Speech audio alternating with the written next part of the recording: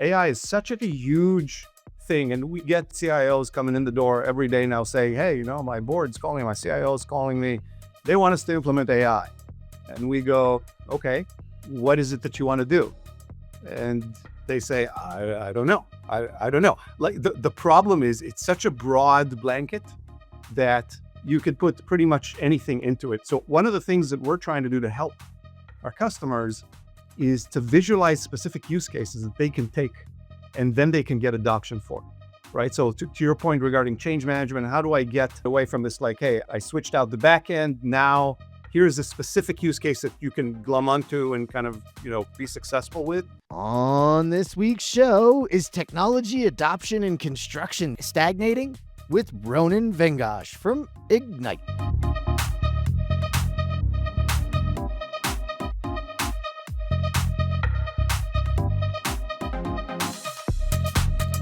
All right, Ronen, I'm excited that you risked sitting down with me for a special episode.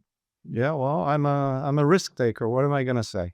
Well, your history says that we're going to see how risky we get today. We're probably going to ruffle a few feathers, but hopefully in the end, we're actually going to enlighten a few folks. Sounds like a plan. Let's do it. All right. Well, you guys know we're back on social media. We're all over the place, but check us out at youtube.com/@thecontentcrew and follow it for the shorts. Are you trying to reach the innovators and decision makers in construction technology? Then look no further than sponsoring the Content Crew. That's right, we're taking new advertisers. Email us at advertising@thecontentcrew.com to learn more.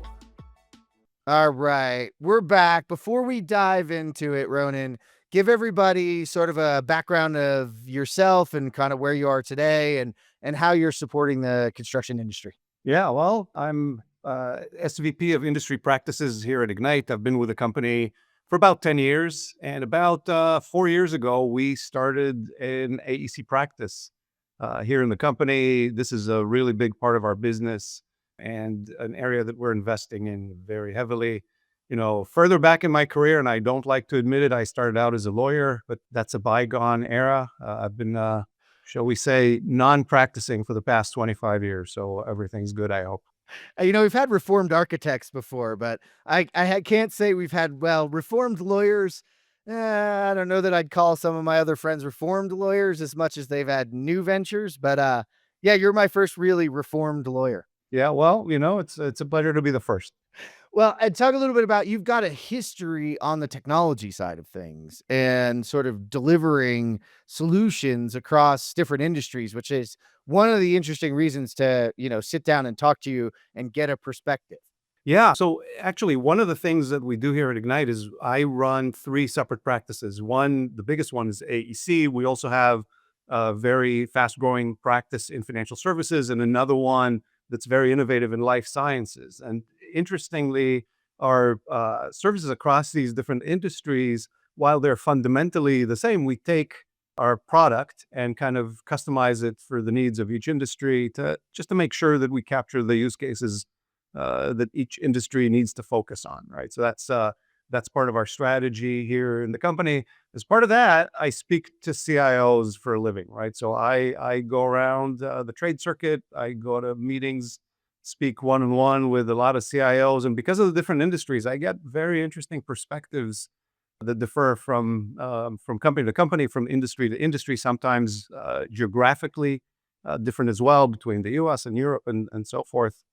So it's a pretty interesting job to be in, I have to say. Yeah, and it was one of the reasons that sparked us sitting down and wanting to talk. We ran into each other at Groundbreak last year, and kind of I floated the idea by you of some of the research and things I've been doing on that CIO, CTO role and some of the technology roles and issues that we're experiencing. So some of you regular listeners will know that, over the last 18 months, I've done a lot of research, thanks to MCAA, NICA, SMACNA, and the MEP Innovations Group around sort of the growth and change in the industry and some of the problems. And, that's where I kind of posed that to Ronen, and we've been sitting and talking about it. And it's that outside industry experience. It's sitting down with CIOs in life sciences, in the AEC industry, but across the AEC and across geographies. And like you said, it's not just North America, it's not just America. You have Europe and other areas of the The world. Middle East, Australia, all over the place. Yeah. Yeah, so that worldview gives you the ability to sort of sit down and talk to me about, we were talking pre-show some of the problems here. And, you know, so everybody listening in, if you didn't get a chance to be at MEP Innovations, this is pretty true not only for these groups of trade organizations, but pretty much construction in general has seen a growth over the last 3 to 5 years that outpaces the past 20. And we're expecting over the next 5 for it to eclipse all of that. What does that mean? When I got on the stage at MVP Innovations, we had gotten some data and we had, you know, tens of $1 million contractors that were now quarter of a billion, half of a billion. We had hundreds of millions that were now billions. And we had half a millions that were, way into multiple billions. And that growth happened really, really quickly. And those organizations were, you know, mom and pop, family owned lifestyle businesses that now had to turn into enterprise organizations. And they have run into a number of problems along the way. So I wanted to sit down and, I've been doing a lot of research around it. And I want to understand from you kind of your perspective on the changing needs for IT leadership and some of the unique challenges to construction, but also some of the things we could probably learn from those other industries. Yeah, I mean, that's a pretty broad question, Jeff. So one of the things I'll say, like as I look at all these different conversations that I've had across the industry, the way I look at IT in AEC is in two broad categories. I see some CIOs, some IT organizations as kind of taking the front seat, the driver's seat in terms of how they're leveraging technology to drive growth and innovation, competitive advantage. And I see a different group of folks that are mostly thinking about making sure that they're behind the scenes, making, the lights go on and the phones go off and kind of making sure everything's sustained. So, the first group are folks that are trying to kind of partner with the business, if you will, and lead the business down a path of, higher profitability, faster growth. The second group is a group of folks that tend to be behind the scenes. As long as things are working well, they're not kind of in the primary set of operations, if you will, right? And one of the interesting things that I've seen is that companies can be successful either way. Like it's not the one or the other that's kind of successful. What really makes the difference, I think, is the way that the IT organization partners with the business side of things and whether kind of everybody's pulling in the same direction, whether kind of the processes are aligned, kind of the incentives are aligned, and the goals are aligned, right? That's kind of what makes a difference in those situations. And you're right, it was a purposefully broad so we could sort of start it off, and you hit on those 2 areas. And what I've done in this research is we've kind of identified it as that classic IT, that's the Yeah. that's the IT, the plumbing, the networking, the backups, the data, etc. And then you're talking about what we call construction technology that I think we here at the show kind of help coin that, but I would like to change that to operational technology. And they're 2 very different things, right? They have 2 very specific different roles. They're both really important for the growth of your business because, without the plumbing and the things connecting and talking to one another and gathering it, having operational technology doesn't really help you, and vice versa.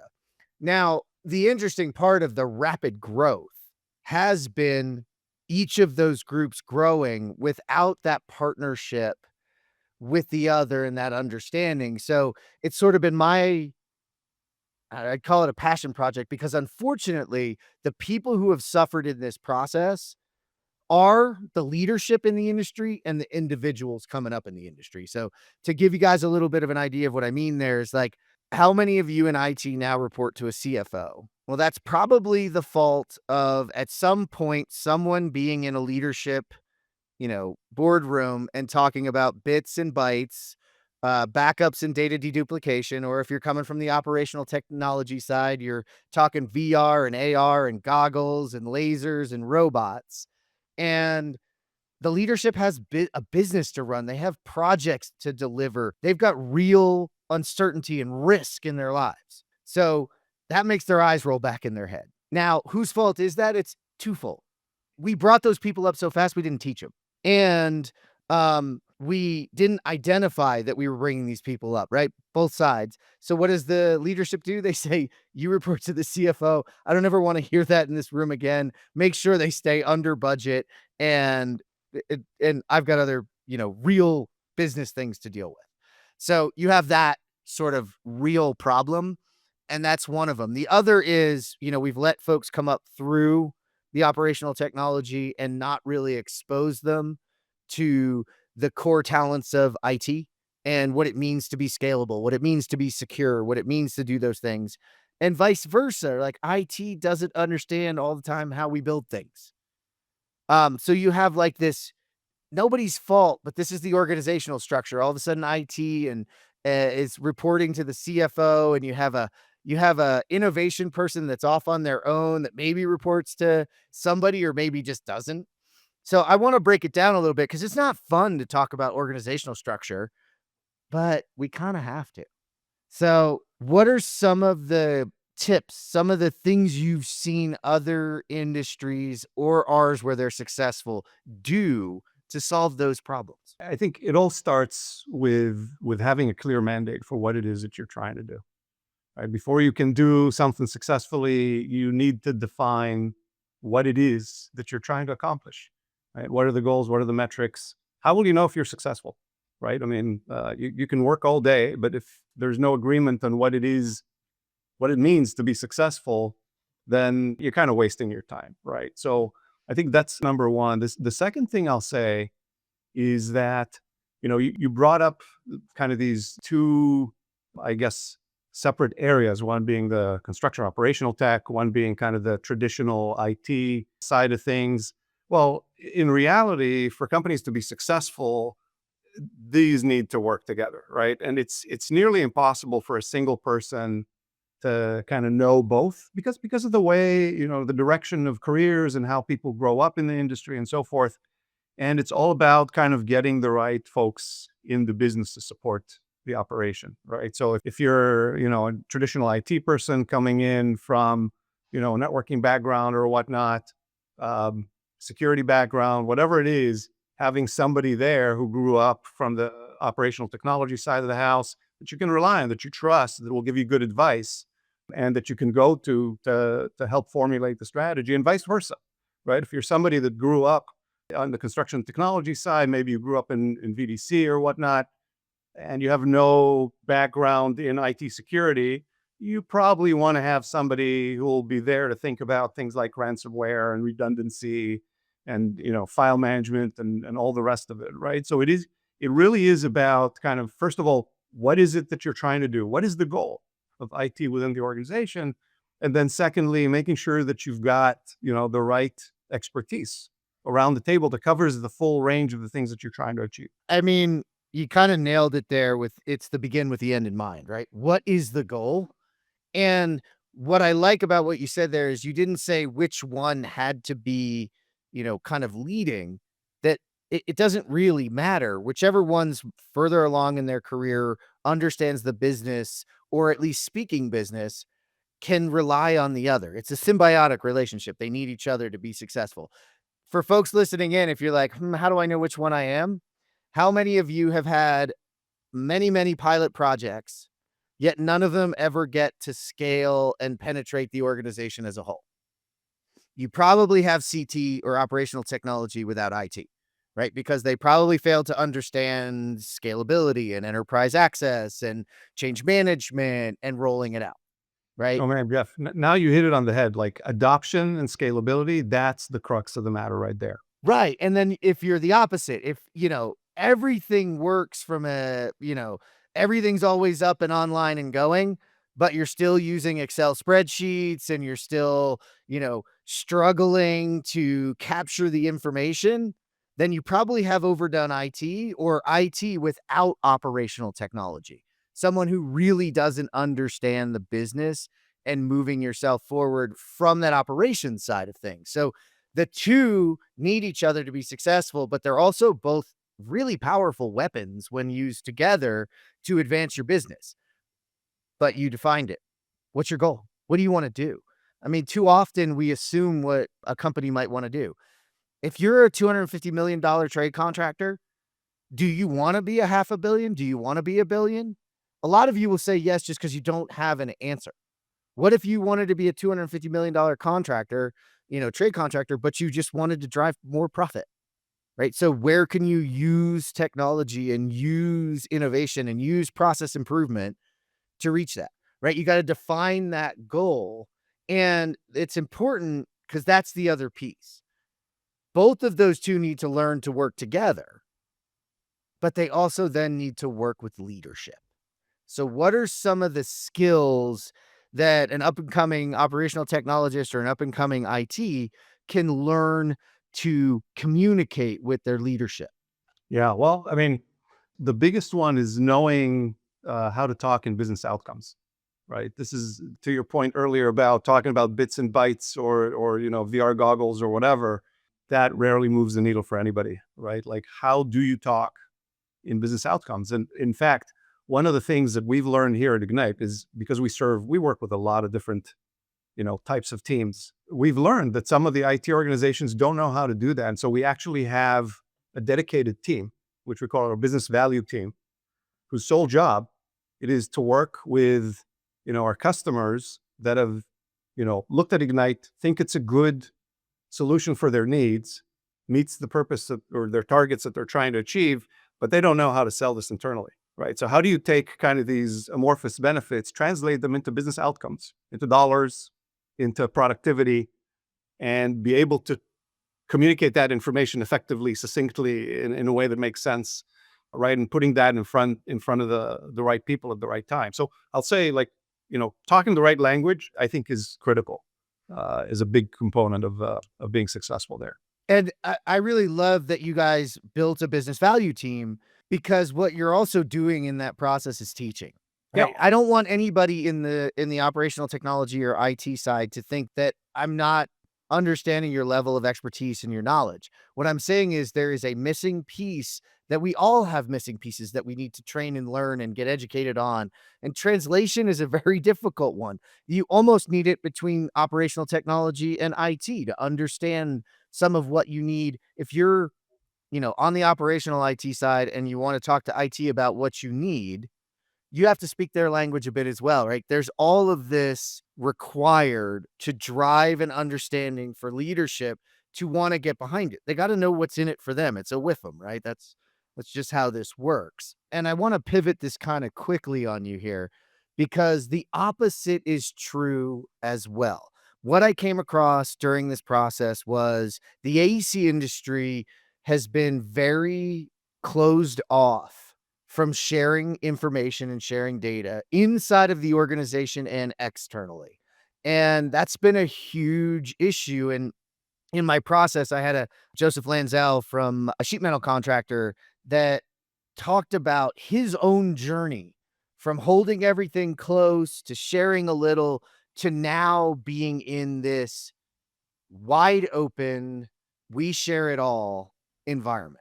Talk I mean, about that transition and the challenges that you face and maybe some of the experiences where it's been successful in other industries or this one as well. look, I mean, this is a we could talk about this one for hours, right? And I've seen the full range from organizations that are extremely closed down, extremely parsimonious about kind of which data you can access and where, to ones I actually had like a CIO one time tell me, we don't care about governance. Like, we don't have anything secret here, and we'll let anybody access anything, which obviously is demonstrably not the case. But the foundation of being able to collaborate is information sharing, right? I mean, and AEC is all about collaboration, whether it's within the firm, with your partners, with your clients.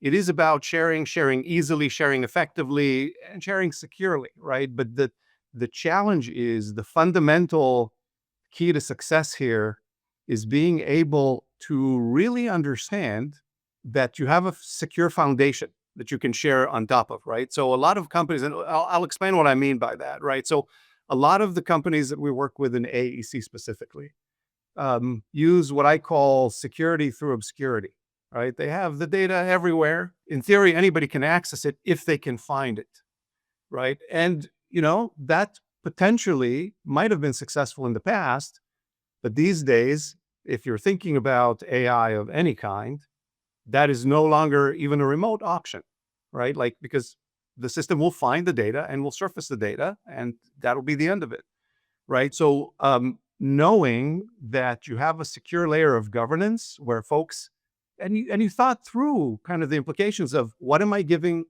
people? Are they getting the right information that they need? Are they being limited from accessing information that is sensitive? And by the way, sometimes this access is conditional. It's context relevant, right? Mhm. Maybe I want somebody within the company to be able to access that content, but not share it externally because it's got some sensitive information. Maybe it's got my pricing. Maybe it's got some competitive data, right? So how do I do all of that? I think is foundational to the success around collaboration, successful collaboration, I'll say, right? And again, especially now with everybody with boards and leadership pressing down on IT with respect to AI initiatives, this becomes even more central to the whole notion of how it is that these initiatives can be successful, right? Without the governance, there is no secure collaboration and sharing, and there's no successful AI implementation at scale. You kind of got me off on a soapbox here a little bit with that question. It's one I get often. I know, but I love the soapbox. That's why we brought you on, Ronan. Like the security through obscurity, I've been saying since I got into the industry, and I've been telling them since if you have an IP address, which was back in the day, then you weren't obscure, you had Yep. a front door, and you were leaving it wide open. And this AI, and this is not a story about any of Ronan or his team, but I heard recently a group that turned on AI Copilot inside the organization and did not have that secure foundation. And you were able to ask the data and find out, well, what the leadership in the organization was making, along with a lot of other sensitive information inside of the organization. So, Yeah. you know, Common example. Yeah. it's just a common example, and it's not obscure anymore because the little AI bots, they don't care. If they're allowed to go, they're gonna go and they're gonna look, which is counterpoint what we want, right? Part of what we want is if you have that governance, if you have that secure foundation, you do wanna then have a strategy of using these new tools coming out to find information and to gather and find patterns and information and other workflows that we wanna make faster, better, easier. But ultimately, first, it has to start with a culture wanting to get there, but also tempering that culture with the tools and techniques. And this is where back to our start, operational technology and IT need to work together to achieve that, because then they both are going to get to the business outcome that we want. And ultimately, that's what the leaders in the industry, and I think to joke with the stagnation at the opening of this is it's really because of one or the other not being aligned is stagnating. And it's why you've seen this. And I want you to talk a little bit about where you've seen, because you argued with me on the beginning about stagnation, and I'm calling you out on it because it was fun. Because what you're seeing and what you said was adoption and innovation and the change, it's there. It's just not evenly distributed. Yeah. There's these pockets of excellence. Talk about what those pockets of excellence look like Yeah. to you. So look, I mean, in Silicon Valley, there's this famous saying that says the future is already here. It's just not evenly distributed. It's exactly the same thing with respect to IT in AEC, right? So there's a lot of technology adoption. I mean, the example that I gave before we started the recording here is we've got if you went back 25 years and looked at AEC companies, the difference is night and day, right? However, the reason technology is not kind of reaching its full potential in terms of really transforming the businesses, really driving productivity and competitive advantages, uh, is this adoption issue. It's the change management, right? And look, I mean, I'll give one specific example, right? So one of the things that Ignite does phenomenally well is that we've got this ability to function as a map drive, right? So a lot of our customers kind of use Ignite, and Ignite to their end users look like a map drive. It's really easy to adopt. They don't have to think about it. They don't have to train anybody. But there's all these other powerful tools that are there. They're at your disposal. You're paying for them.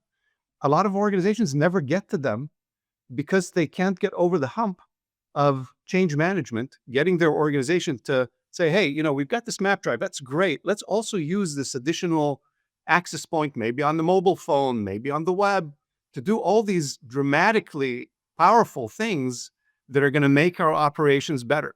Right. So it's not just a question about technology. It's also a question about bringing the organization along. It's about being able to speak to the people at eye level, kind of making sure that they see the real value in what you're trying to offer them. It's not just change for change's sake. That never works, right? It's about getting people to understand why it is that it's in their interest to do what you're proposing here, right? And that really goes to the partnership with the business side of the organization. It's not just an IT thing. It's how do we grow the business? You need some leadership on the operations side to really buy into this notion as well. Okay, so you nailed a couple of things there. What I like about the mimicking of the map drive is, for many people, change is hard and it can be scary. So a simple switch where the technology in the background has changed dramatically from what it was before, but the experience currently is the same. You institute and get it running the way you want. And then from there, you can use and understand as a team, whether you're on the operations side, which is usually who starts to think about this and works with the IT side, that you can identify other core problems that can present themselves where you can say, okay, that map drive you're using. You're like, listen, you got to share with, these trade contractors, and you've got to, make sure that this is available to everybody. And you want them doing these things. Okay, we can do that. Let me show you how we'll do that and expand and continue to grow and create solutions to business problems where you start speaking their language, but using a technology that, if you had waited and used the classic map drive and then tried to solve that problem, it's a very difficult change process. Yeah. So I like the sneakiness of it. But the problem is we're too busy being busy a lot of the time. So we do the switch out and then we walk away, and we forget that we have to do continuous improvement, and we have to continuously access those kinds of things to push the company forward, solve more problems. You got me on my soapbox now, because this Yeah. is my favorite part of, it's switching out little things, introducing the change, making them realize they're already comfortable using it. Now, what else can we do with it? Now, let me give you another example here. So everybody's favorite topic, AI, right? So AI is such a huge thing, and we get CIOs coming in the door every day now saying, hey, my board's calling, my CIO's calling me. They want us to implement AI. And we go, okay, what is it that you want to do? And they say, I don't know. I don't know. Like the problem is, it's such a broad blanket that you could put pretty much anything into it. So one of the things that we're trying to do to help our customers is to visualize specific use cases that they can take, and then they can get adoption for, right? So to your point regarding change management, how do I get away from this? Like, hey, I switched out the back end. Now here's a specific use case that you can glom onto and kind of, be successful with. So things like, if we're talking about spec documents, how do we use AI to parse those out, for example? Or contracts. If I've got contracts, how do I get AI to do whatever, right? Or code books. If I have, I'm creating new drawings. I want to make sure I'm in spec. I'm within code. How do I get that to be successful, right? And the advantage of picking these very specific use cases, very specific applications, is that you can go to a well-defined group of individuals and talk to them about the benefits that they themselves will get immediately from adopting the technology, right? And it really is, technology adoption is about, value, immediate value for the end user. And that's what we're trying to do, translating kind of this big blanket statement of AI into small, well-parsed specific applications that CIOs can take and implement one at a time for specific user groups, right? So that's kind of how we're trying to get over some of that complexity. I strongly appreciate it because I've been out on the road a lot and I get that same question. And my first answer is like, what should my AI strategy be? AI is not a strategy. It is a tool. You run a business, you have business outcomes and business strategies that then AI and the tool set can help you with. Just like you said, identifying very specific problems and applying where applicable and where it will actually work, right? There's limits to this technology. There's limits to what it can do today. Those are going to change dramatically tomorrow. But limiting it and creating it as another one of your tools in your tool chest to utilize, but to solve those problems, that's the approach that's required. Where can we speed things up? Where can we create extra checks and balances? Where can we do those things to advance our business? What's our business goal? I don't know. Where's our business problems? And you hit my favorite one. I despise ROI to the nth degree. I want to replace it with time to value.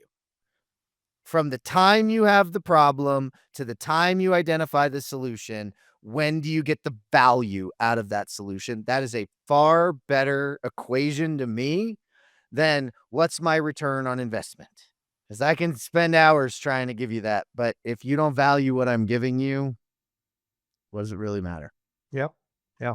There's two other kind of things that I think are really critical. Like when you get asked that question about like what should my AI strategy be, my favorite response to that is first of all, is your data in order?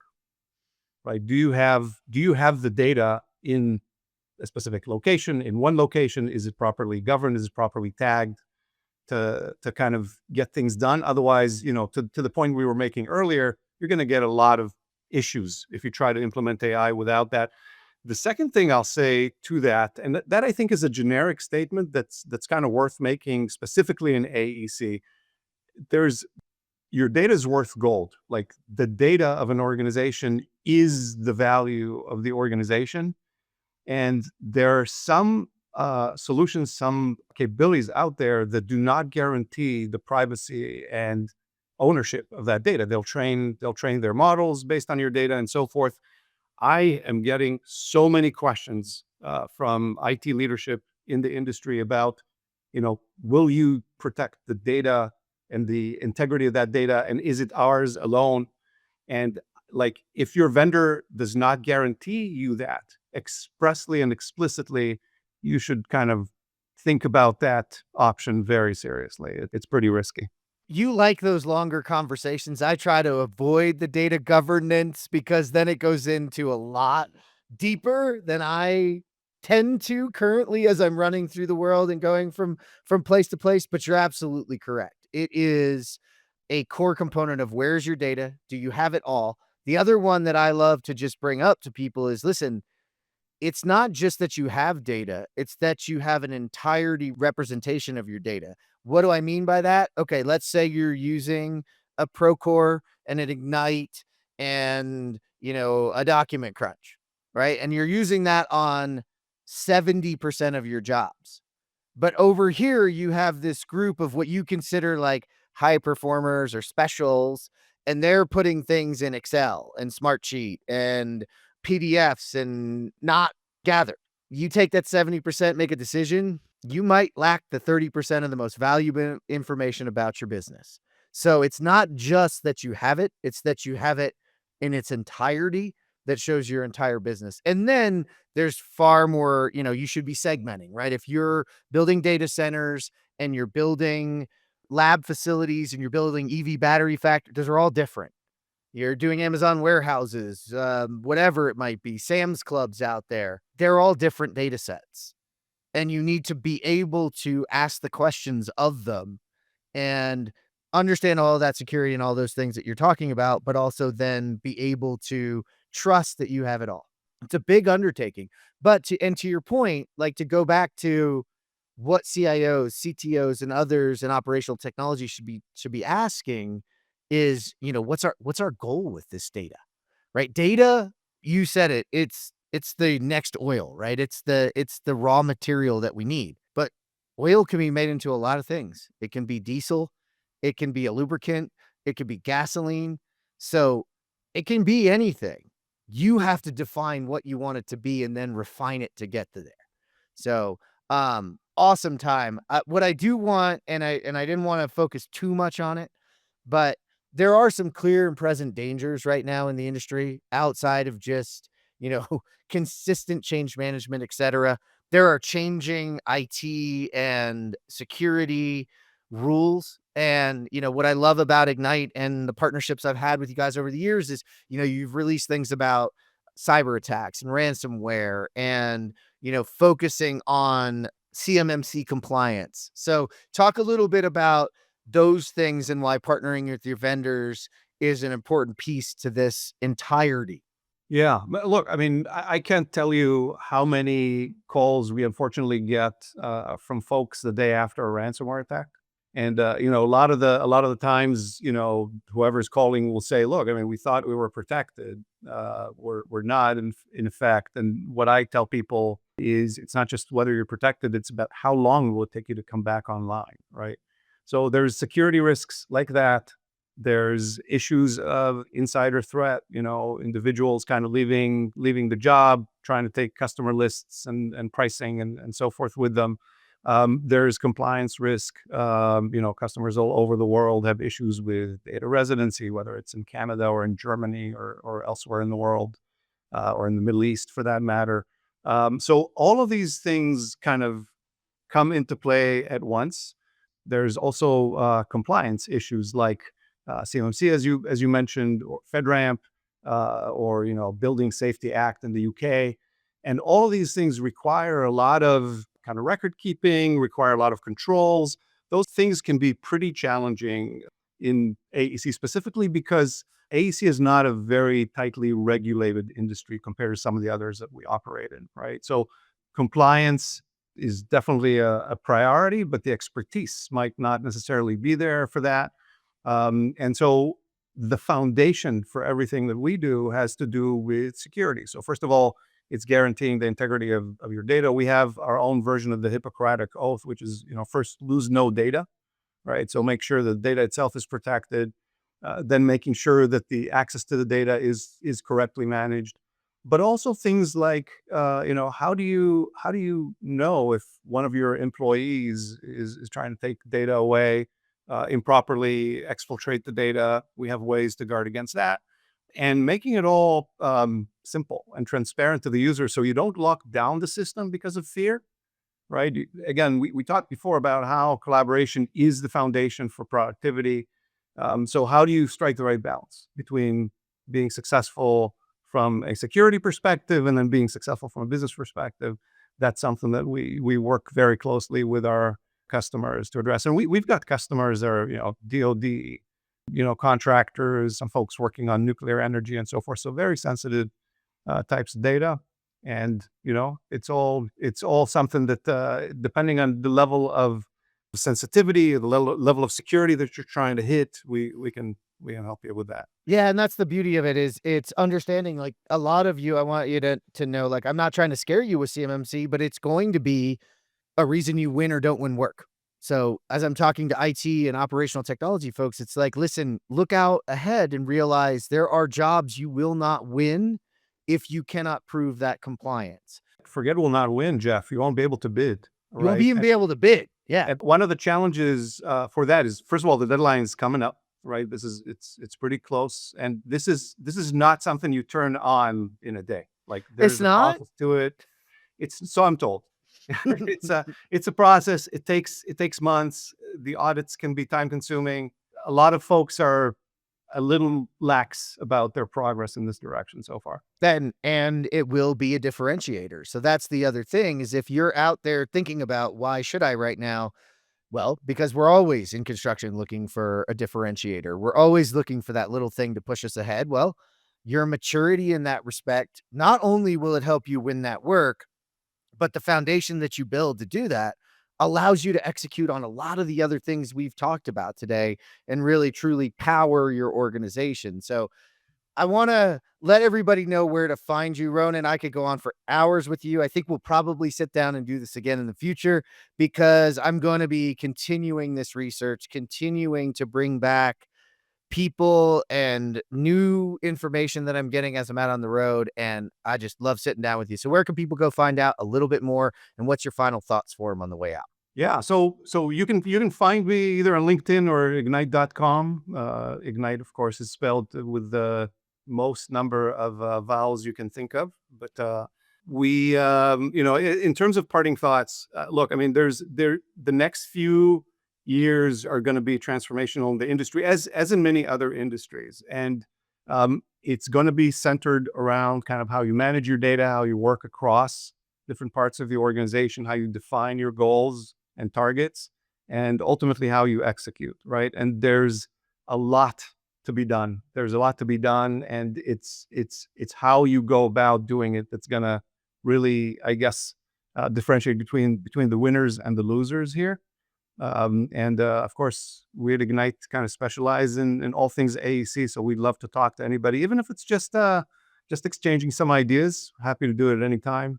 And yeah, Well, I that's really appreciate you having me. anytime, and that's what I love about the team and the organization. I sit down and we geek out on a lot of these things, and I always come out with something new. So I appreciate you, and there'll be links to everybody in the show. And as we're sharing it out, we'll make sure we tag Ronen and everyone. Thank you for tuning in today to geek out for our interview with Ronen Vengosh. To read all our news stories, learn more about our guests, and to listen to this show, visit thecontectcrew.com.